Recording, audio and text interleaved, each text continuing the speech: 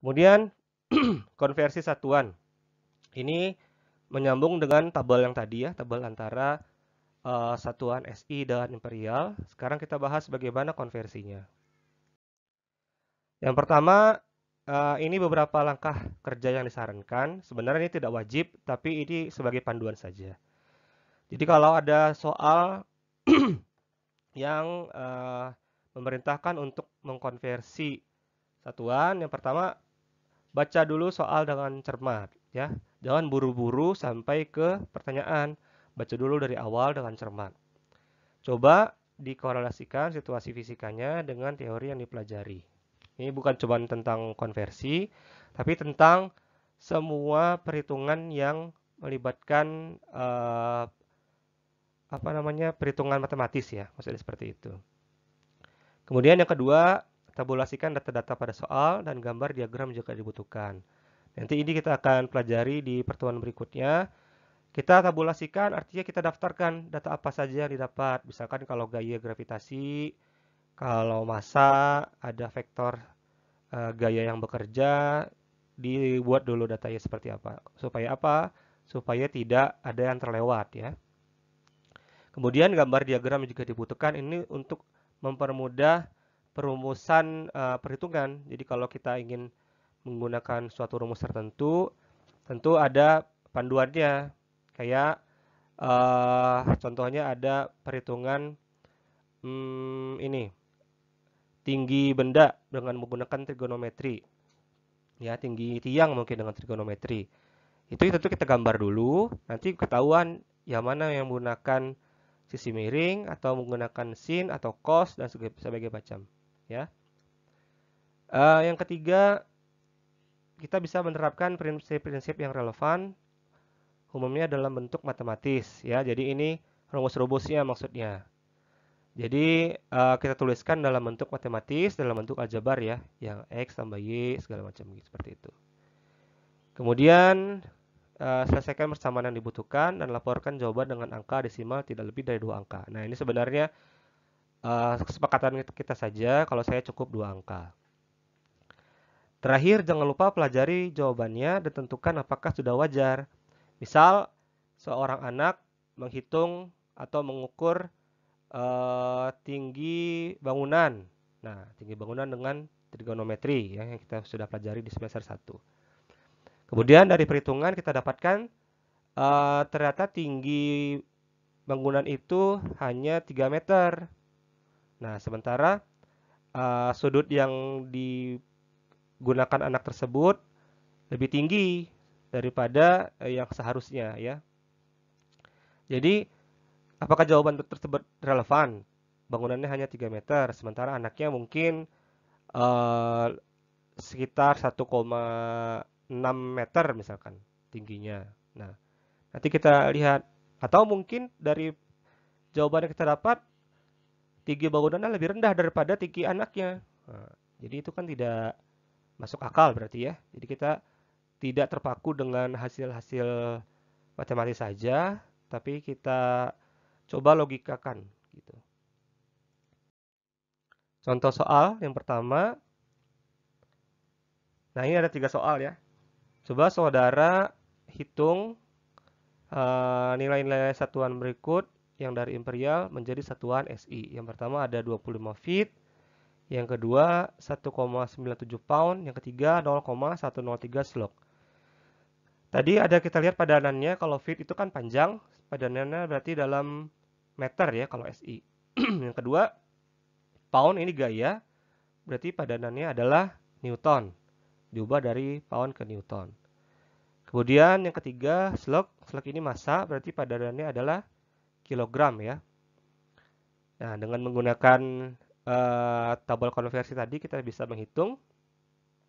Ya, jawaban yang pertama, kalau 25 feet, di mana 1 feet itu 0,3048 meter, artinya 25 feet sama dengan 7,62 meter. Kemudian yang kedua, 1,97 pound dikonversikan dengan 4,448 newton per pound. Kita dapatkan 8,76256 newton atau kita bulatkan menjadi 8,76 newton. Yang terakhir ini ada slug ya, 0,103 slug.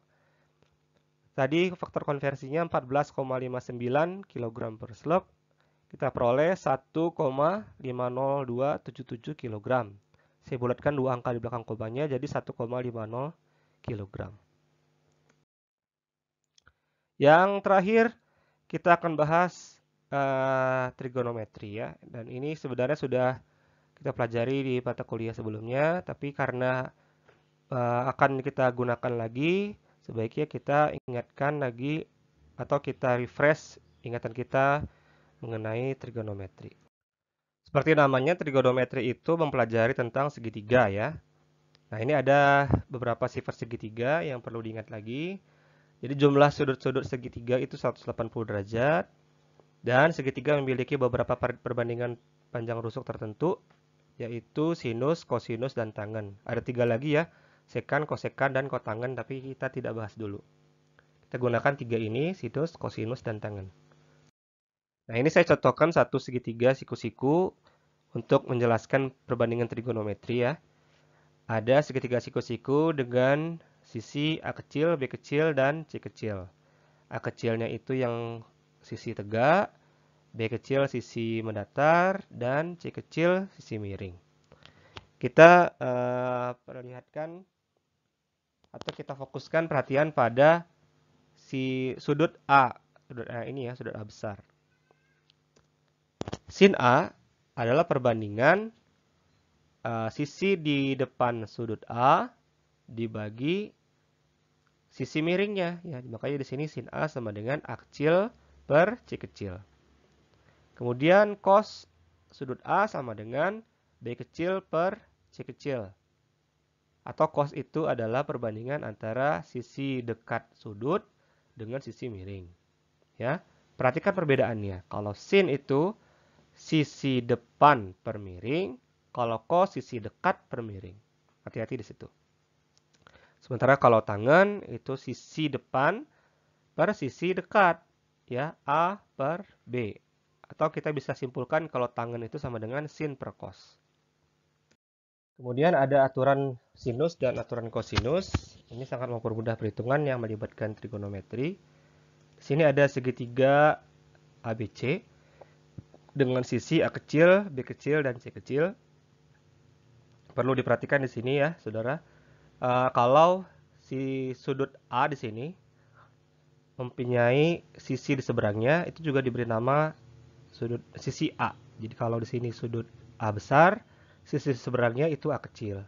Begitu juga kalau di sini ada sudut B besar, seberangnya sisi B kecil.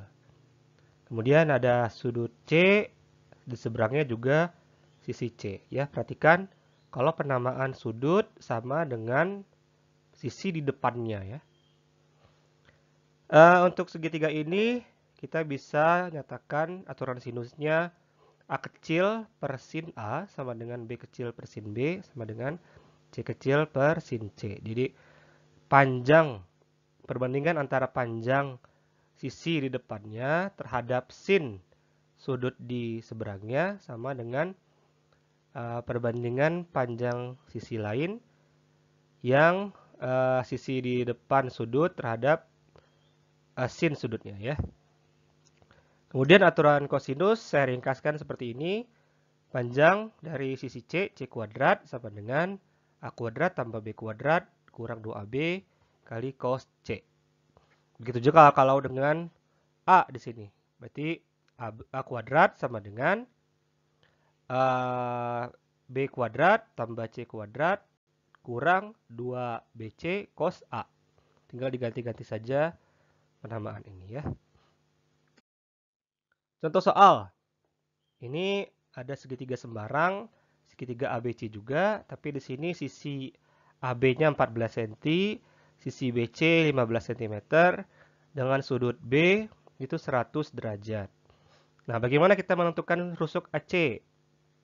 Nah, kalau dengan aturan kosinus itu bisa mudah ya. Jadi aturan kosinus kita bisa rumuskan di sini AC kuadrat sama dengan AB kuadrat tambah BC kuadrat kurang 2 kali AB kali BC kali cos B. Nah, jadi seperti tadi, kita tabulasikan dulu data-data yang diketahui. Ada panjang AB 14 cm, panjang BC 15 cm, dan sudut B 100 derajat. Rusuk AC-nya dengan menggunakan aturan kosinus tadi ya, AC kuadrat sama dengan AP kuadrat tambah BC kuadrat dikurang 2 kali AB kali BC cos B. Masukkan angkanya. Kita dapatkan sekitar AC itu 22,20 cm. Rangkuman. Jadi apa aja yang sudah kita pelajari tadi? Yang pertama, mekanika teknik mempelajari keadaan benda baik dalam diam maupun bergerak yang berada dalam pengaruh gaya-gaya yang diberikan ya. Perhatikan di sini mempelajari keadaan benda dalam pengaruh gaya ya. Ini membedakan antara mekanika dengan kinetika. Kalau kinetika itu hanya kecepatan, percepatan seperti itu, tapi tidak memperhitungkan gaya-gayanya. Kemudian terdapat 6 hukum fisika yang dapat menjadi prinsip dasar mekanika. Tadi sudah kita bahas, ada 6 ya hukumnya. Yang ketiga, kuantitas pengukuran dinyatakan dalam satuan baku. Yang sering dipakai adalah sistem internasional atau SI. Kemudian satuan SI itu yang digunakan secara luas ya, terutama dalam komunitas ilmiah. Yang kelima, kita gunakan perhitungan numerik untuk konversi ya. Salah satunya untuk konversi satuan, bisa juga untuk yang lain. Itu untuk menyelesaikan masalah kuantitatif. Namanya juga perhitungan dengan menggunakan angka ya, numerik. Tentu yang melibatkan masalah kuantitatif. Terakhir, prinsip trigonometri dibutuhkan untuk memecahkan masalah yang melibatkan perhitungan bangun segitiga. Terutama aturan sinus dan kosinus nanti akan sangat berguna dalam pengerjaan soal vektor. Demikian, saya rasa cukup. Terima kasih atas perhatiannya. Sampai jumpa pada perkuliahan berikutnya. Assalamualaikum warahmatullahi wabarakatuh.